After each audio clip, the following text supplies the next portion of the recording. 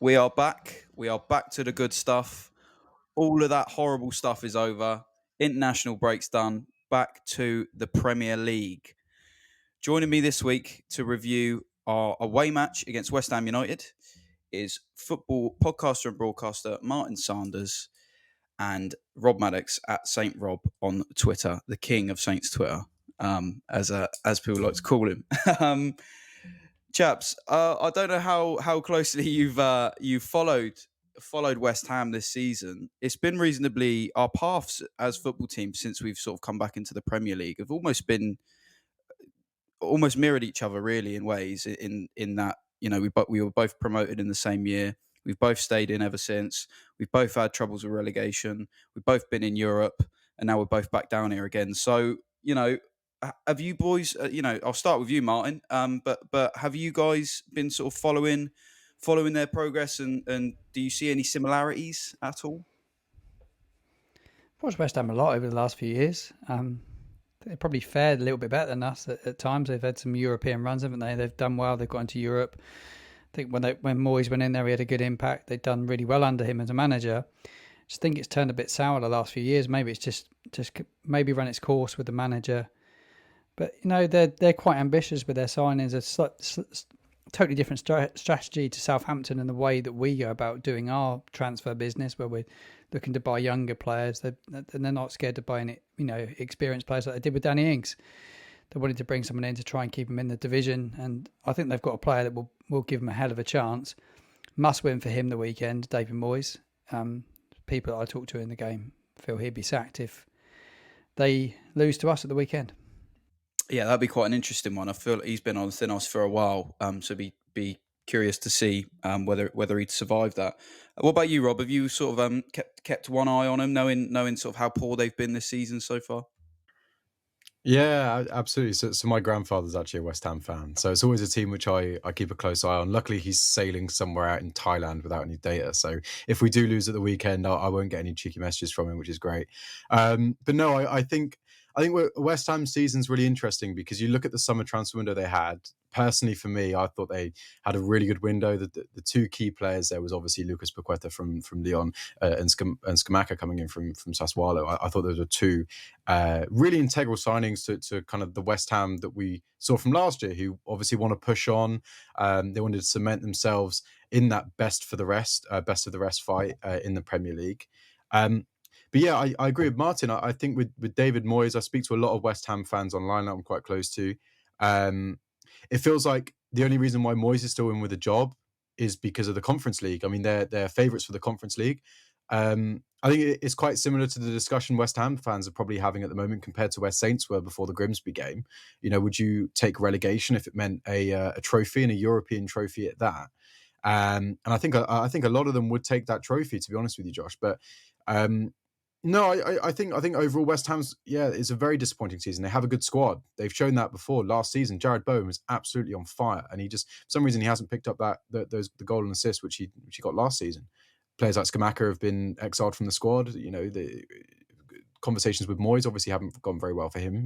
That's what Moyes has said in press conferences, that he wants more from him and Paqueta, and it just feels like they're a little bit muddled. And if they go down, they'll be the best team on paper to ever go down. And I don't think they're out the question at all because obviously they're in the relegation zone playing us in a 6-pointer on Sunday. Yeah, exactly. You said your granddad's a West Ham fan, and my brother-in-law's a West Ham fan, and I work with him day in day out. So every Ouch. single weekend I've had it about West Ham. So I know it. I know it all. So yeah, it is interesting. I agree with the point about Skamaka and stuff because I remember him being really excited that they'd signed him and he was going to be Italy's next number 9 and this great player and stuff. And he just didn't hit the ground running, but it continued like that.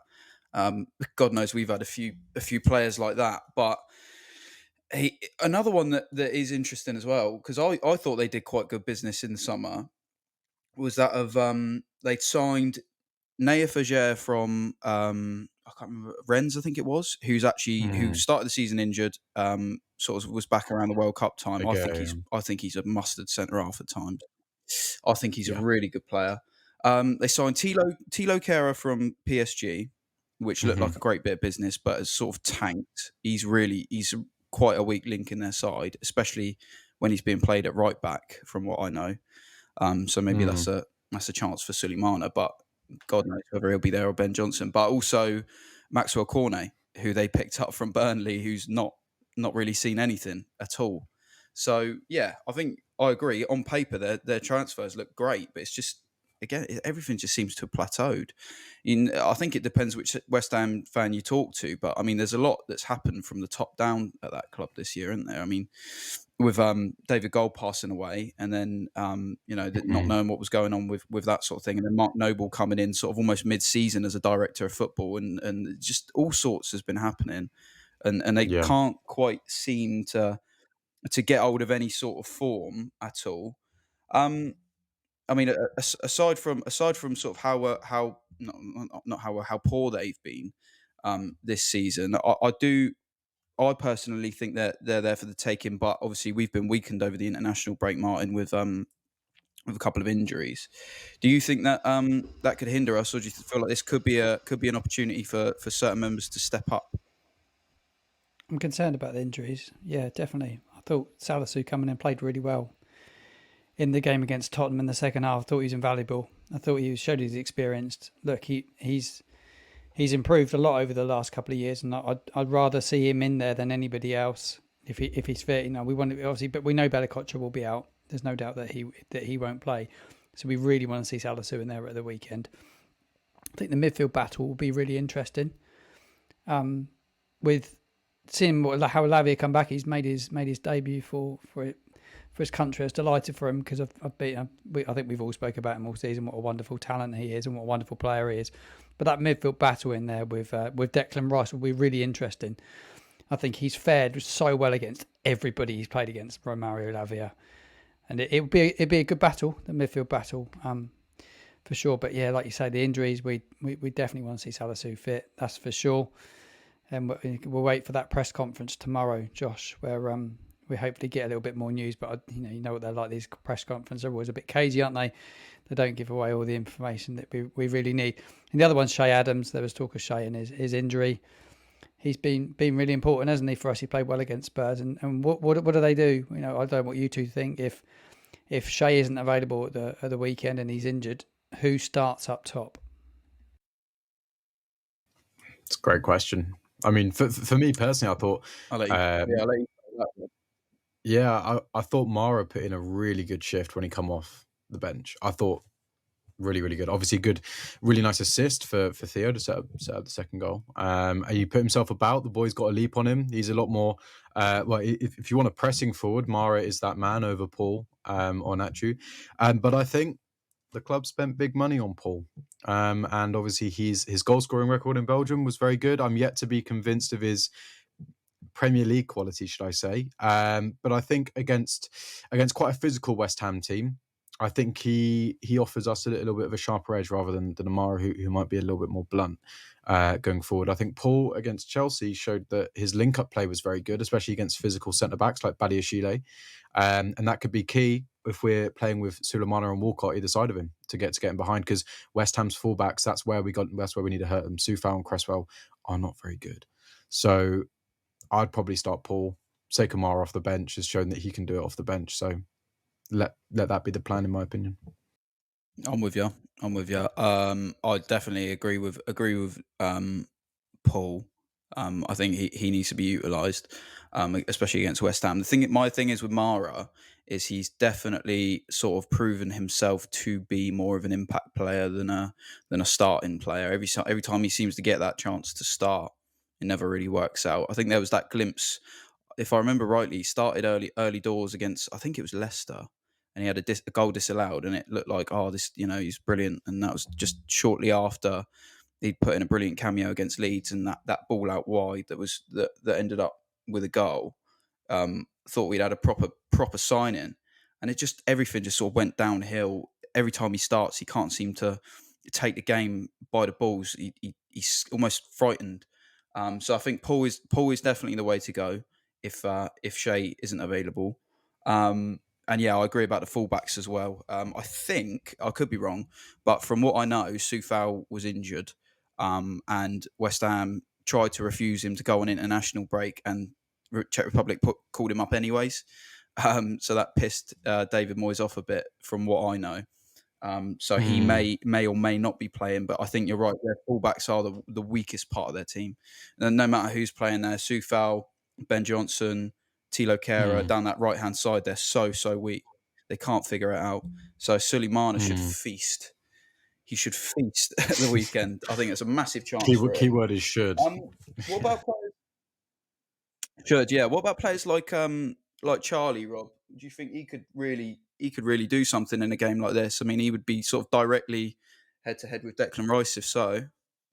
I think to use a word that you used earlier, I think Charlie Alcaraz is mustard. I think I've been very honest and open about my love for Charlie Alcaraz. I think he adds a dynamism that we don't have. I think he's incredibly athletic. He knows he's the pressing trigger for our front line. When he goes, everyone else goes, and I think that shows his footballing maturity for Ruben Selles to kind of give him that role. I think we've seen him play as a number 10. We've also seen him alongside Che a lot against Brentford and against Man United. He was basically playing off of Che. We saw the goal against Leicester. That's a prime example of that. He can play as a number 8. He can play as a number 10. He can play him out wide. I'm a really big fan of Alcaraz. I think it'll be interesting coming up against a player like Rice. Rice, obviously fantastic player, we know.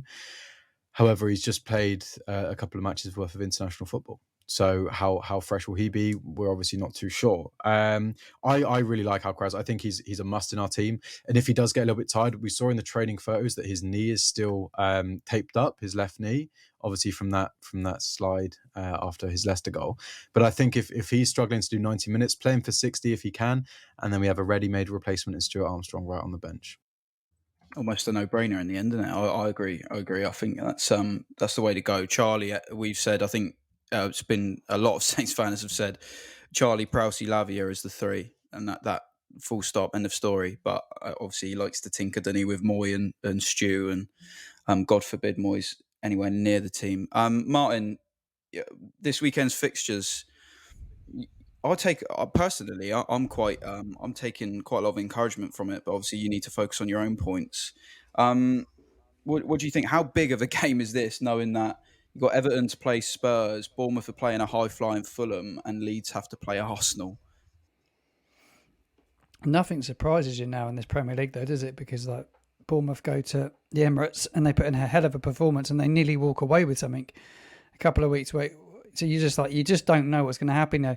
Spurs don't travel well. They go to Goodison. Goodison on a Monday night will be absolutely bouncing. A massive game for them. There's a chance that they just could get something. You just don't know. I think we have to really focus on what we're all about. The one thing I want to see us do that's frustrated me certainly in the Tottenham game early on is too passive about what we're doing. We're too safe. Playing Moy and Stewart in the same side, I don't think it works, and it won't win us Premier League games. We need players now that are going to win us games. So we're going to have to be brave. My fear is that I'm not sure he'll want to go for the juggler on Sunday, but he has to because it's a must win. We can't lose. I don't think a point's any good because we've already played a game more.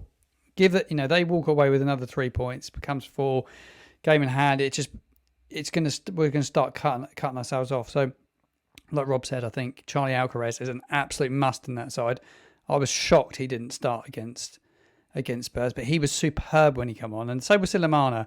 He takes people on, he draws fouls. And how we finished that last 15 minutes against Spurs, we need to do that from the get-go. We really need to start having a go at sides because there's no doubt we've got match winners in the side. There are match winners there. But all the tippy-tappy, like Lavia has got an incredible pass on him. We saw with the pass that he played to Theo Walcott for Shea's first goal against Tottenham. What a pass! He took like 2-3 players out of the field with just one touch. And we really need to look to go in, like you say, get in behind their fullbacks and causing problems. We've got the players to do it. They need to be on the pitch. And like I said, we said on the podcast loads of times, haven't we, Josh? We just don't see what Moy brings to the side. I don't know what Rob thinks about it, but I just don't see what he brings. He's too safe. Yeah, I can understand why every manager we've had plays him is because he this is going to sound like such a cliche, and I hate it, but he works hard and he can play multiple positions. And when you're a manager, that's like gold dust, right? If he's any good, then that's another conversation. But I completely agree that in the situation we're in, Moye Elyounoussi is not the answer. Let's think, shall we? Right. So if we play him in a midfield three, which is where sometimes he likes to be played, we have Charlie Alcaraz and Stuart Armstrong, who are both fit and both better. If we play him out wide, we now have Theo Walcott and we have Sulemana, who's stepping up. And if we play him as a number 10, then Charlie Alcaraz takes that role anyway. So there's no reason why Moy should be in this team when we have better players available who are better in those certain positions that he's good at or adapting to. So, yeah, no, I completely agree. I understand why he does get game time. But in this situation, Martin's absolutely spot on. We need match winners. We need 3 points. We need goals. Moye Elyounoussi does not bring that. Yeah, he scored at West Ham. I can see the comments already. He scored at West Ham last season for sure, but not in this scenario. No way.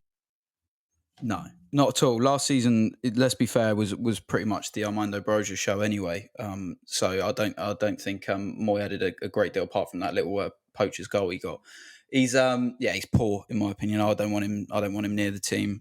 I think we'll find out a lot more tomorrow with the what Ruben says to give us a clue as to who's playing. You never want players to get injured ever because it's horrible, but it can also provide opportunities as well. I'm hoping that this is the opportunity that we could see poor old Sam Edozie get back into the squad at least, because that kid is it's gutting for him to have been, to have been outcast in the fashion he has. I mean, yeah, you Well, touched on Josh, you touched on last season. just to On last jump in there, season. sorry, mate. I'm sorry. So we'll find out tomorrow because the B team play tomorrow. If some of those is in the squad, he won't be at West Ham. If Yeah. he isn't in the squad, then it's quite likely he will be. Yeah, yeah. It's interesting, isn't it? We look for the P team selection now. Yeah, that's quite a new thing. Given that Moyes I hear this from a lot of people. Obviously, I don't watch them all the time, but I hear that Moyes is very much a man who will set a team up to not lose rather than to win. And again, boy, do we know that feeling. Is fighting fire with fire is not going to be the winner in this one, clearly, because you just have a very stale 0-0. Where at this point we need to start getting 3 points from games like this one, especially. Rob, where do you feel like? I mean, we mentioned the fullbacks briefly, so you feel free to say it again. But where do you feel like the game is properly going to be won or lost in this one?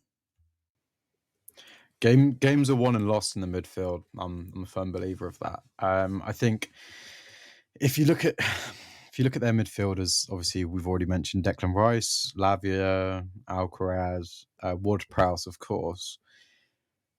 Lucas Paqueta's been playing in a number 8 role, almost like a forward 8 in a double pivot with Rice in a 4-2-3-1. That's predominantly what Moyes has gone for, with either Lanzini ahead, I believe, anyway, or Fornals. I think it's really difficult because on paper, I do think a Lavia, Ward-Prowse, Charlie Alcaraz midfield is better than Rice, Lanzini and Paqueta in terms of balance. Before West Ham fans absolutely rinse me. Paqueta is a quality player. I think he's really, really good. But does he suit that role? I personally haven't watched enough to come to that conclusion. That will be really key. I think if Declan Rice, as we saw in the game last season, sorry, not last season, earlier this season, Declan Rice scored an absolute screamer. And overall he played really nicely. But we have Lavia. And that's our answer. I said also, as you said, I mentioned earlier in regards to the fullbacks. I think if we're going to have a good chance at scoring a couple of goals, I think they have to come from the wide areas. Sulemana and Walcott needs to keep his form up because my God, has he been good for us over the last couple of weeks? Like, I'm sure that's why Martin's got I'm sure the Walcott shirt wasn't on his wall a couple of months ago, but yeah. I think Sulemana is going to be really, really crucial. As you said, he could be up against Ben Johnson, could be up against Aaron Cresswell. I think he does him for pace either way, and to have a big man in Paul in the box is going to be really important. And I'm not sure if Aguerd is fit. Zuma, I can't really remember what he's always either got an ACL injury or he's fit. So no, I think Yeah, well, there's so many key areas, but I think, as you said earlier on, it's going to be a very balanced game, and I think it will be a game of fine margins. But we do definitely have the quality to be able to win this match.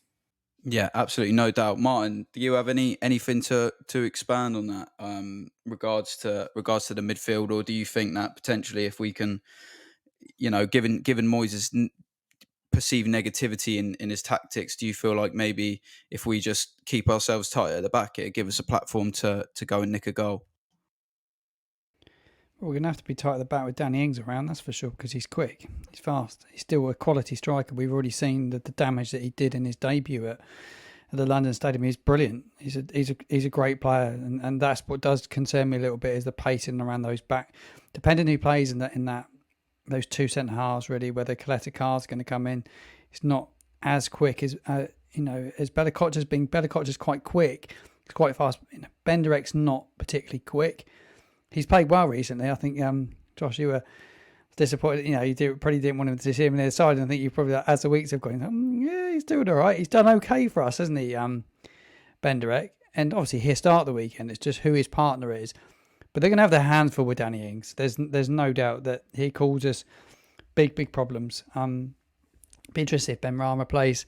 I've always quite liked him. I think he's quite a tidy player. When I've seen him at St Mary's, he looks quite good. But he drifts in and out of games. He's not a massive threat at times. It just goes. It's a form game, isn't it? Football's all about form, really, and we just got to take out those last 15 minutes against Spurs and just use it as that confidence that look, we can win games and we can go after people, but we just got to take care of that final third. How important it is that we start scoring goals a bit more regularly now. It's so important, isn't it? Yeah. I mean, goals win games. That's no secret, is it? And the only way you're going to score goals is with creative spark, because if you're not creative enough, you're never gonna be able to break teams down in this league. I do want to ask about a couple of players that have been exiled from the squad that have that ability to change games.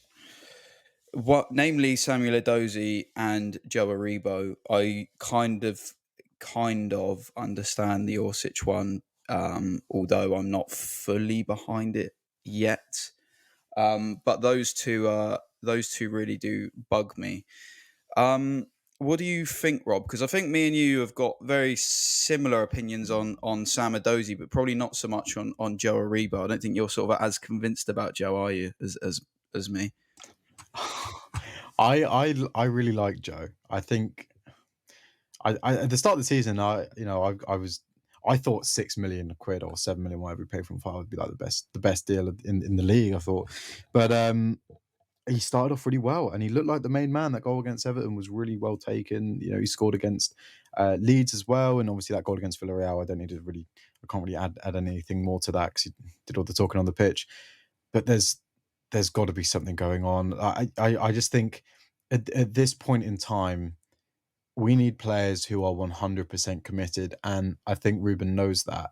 And that's why you see the likes of Walcott getting all the game time he did. Maitland-Niles, in the interview with Alfie House today, he seems very committed to the cause. I mean, even for a loan player, he's openly said when we're bottom of the league that he wants to stay next season if the opportunity came about. Um, I think Joe got a lot of early criticism, which I thought wasn't fair because he's quite relaxed on the pitch. And when he's not the most shall I say, not energetic, but he doesn't press as much as other players might do when he was playing in a two with Che Adams. But the guy's got technical ability. I called him Velcro boots at the start of the season continuously because his dribbling skills were unmatched in our squad. I really want it. I don't know what he's not doing, but we need him to do it because he's a. If we had a Joe Aribo off the bench who was fully committed and fully ready to come on and run and give his all and use all of his ability to keep us in the league, then that's fantastic. But if he's only given us 60% or 50%, then it's just not going to be good enough, is it? When you've got Amara on the bench, dare I say it, Adam Armstrong, if he's willing to give it all, then he should be playing ahead of him. But I think I agree, Josh. He is technically one of the best players at the club, but hard work beats talent every day of the week. So if he's not putting in the shift in training, I don't see why he should get a fair shot at the weekend because I think we need to make the most positive atmosphere in that changing room as possible. And if there's players bringing that down who might have one eye on the summer, then that's not going to do anyone any good, I don't think. I echo everything you say there, Rob. Definitely not. Regards, yeah, I echo Yeah, that. I do. definitely not. I think And you. I would say quickly that the interview with Alfie House was brilliant, by the way, from Maitland Niles. So if anybody hasn't yet managed to get a chance to read it, go and give it a read, because it is a really interesting read. But also, Martin, I was going to ask you just quickly about Joe, because he also did an interview this week to, I believe, a Nigerian outlet. So what I assume you've seen it. If not, happy to have a chat regardless. But if you have seen it, what was your thoughts with some of the things that he'd said? No, I did read it. I would agree with what Rob said about him. I think he's a bit of a casual. He's a free spirit, and he certainly seems like that off the pitch as well. It was interesting that there was a lot of chat early on when Sellers come in that players were late for training, not on time for lunch, and things like this. Standards weren't great. Could definitely imagine Joe being one of those, can't you? Because he just looks so casual. He said it's kind of like, he kind of says it's, he kept speaking about the coach in Ruben. It's his choice, and his time. He believes his time will come, but he's going to have to start grafting and start putting a real shift in. And there's no doubt about that. You can't have people that are 60-70% committed. Got to be 100% committed in a relegation scrap. And like Rob said, that's why Theo's in the side. It means something to put on the Southampton shirt to Theo Walcott, and he wants to keep his club in the Premier League. I'd rather see Theo Walcott in the squad and in the side over Joe at the moment. And and Adam Armstrong as well. I know he gets slated, but he works hard and he will put a shift in. He will track people. I think the reason Sellers is not playing is because he doesn't track. He's too casual. The FA Cup game against Blackpool at St Mary's, I thought at times he just really annoyed me because it's just the lack of effort, but it's so noticeable. So yeah, but you need people that are 100% committed in a cause like this, because if we're going to get out of it, you can't afford a luxury player. Like we had Matt Letizia back in the day. Matt was a bit of a luxury, but he was class. He'd score goals. It just had magic about him all the time. I know he didn't work hard, but geez, he was technically so good and he just scored goals, didn't he, Matt? Yeah, I don't think we've got quite as a prolific goal scorer in the team right now, do we? But hoping that creative spark can come from somewhere else. Albeit, I don't care who it is, Charlie. I don't even care if it's from Moy, as long as someone's doing it. I mean, this obviously it's a game of huge importance. I think we're all bricking it a little bit, but Rob, should we go and get a result, right? 3 points at the weekend. We've got obviously a game against a massive side next week, but how pivotal could 3 points this weekend be in the long run? In theory, because it's I don't want to tempt it too much. Mate, I've said it. I've said it for a couple of weeks. I think mentally, not only for the club, the fan base, the staff, and the players, mentally getting outside of the red zone is going to be huge to show the players that actually, fellas, we can get out of this. There's been so many times this season where we've come up short against teams around us. I don't have to name them. We all know the matches, and we all know various people who were responsible for those performances and whatnot. I'm sure I don't need to delve into it. But this match is gargantuan. I think what's really important is that we don't get too high or too low off the back of this result. If we win, great. We're outside the relegation zone. Yes, West Ham have a game in hand, but there's still 9 matches to go and it's still very tight. We'll just be, the way that we talk about Everton and Leeds saying they could get dragged into it. If we win, yes, we're outside the relegation zone, but we're exactly like those teams. We can still get dragged back into it. If we lose, yes, bad, very, very, very bad. However, there's still 9 games to go. Yeah, we do have the toughest run in, but there is still a chance. So I think that's the way I'm trying to view it, because I'm absolutely bricking it for the weekend. But if we win, don't get me wrong, I'll probably break down in the stadium. I'm honestly, we've had 2 weeks to stew on this game since Spurs, And we have momentum going into it. So I can only pray that the boys will turn up and can get a result. I've had a look at the odds for the weekend. I'm not going to lie. I'm not giving out financial advice, but I think the bookies have way overpriced us. I think we're 4-1 to get a result, which is kind of mad, if I'm being honest with you. On Sofa Score, 85% of people think West Ham are going to win. I think people are counting us out of this. I think there's definitely fragilities in this West Ham team that we can really get out. I think, Moyes is kind of splitting the fan base at the moment. And from what sounds like, some of the players aren't too happy behind the scenes. There's no reason why we can't light a spark that sets alight Moyes' career and he loses his job, exactly what we did to Antonio Conte. We were 3-1 down against Tottenham, who had the game by the balls, basically, and we managed to scrape our way back into it. Was it a pen? Probably not, but we still managed to get our way back into it. There's no reason why this squad does not have the resolve to go to London Stadium and get a result when so many teams have done that this season as well. So I will back a win. I will back a win. I'll back a 2-1 win. I think we'll score 2 goals. I think it'll be the scrappiest game you've ever seen, but I think Saints come out the other side looking good. I like it. I like it. There was a few sound bites in there that Nice. I can I'll be tweeting back to you after we get pumped 5-0, mate. Don't worry about that. Yeah, thanks, bro. No, on the whole, I agree. On the whole, I agree. Martin, what's your, if you were to give an early prediction, mate? What would you say yourself? I don't think we'll concede. I think big advocate keep a clean sheet, to be honest. I'm going 2-0 win. Alcaraz, because I love Alcaraz, he's just always scoring goals. I fancy Ward-Prowse due a free kick. It's live on Sky. Good chance in there. equal that David Beckham record, James. Come on. I love it. I'm gonna be the boring one who goes for a draw, just because I can't see a game in which Danny Ings doesn't show up.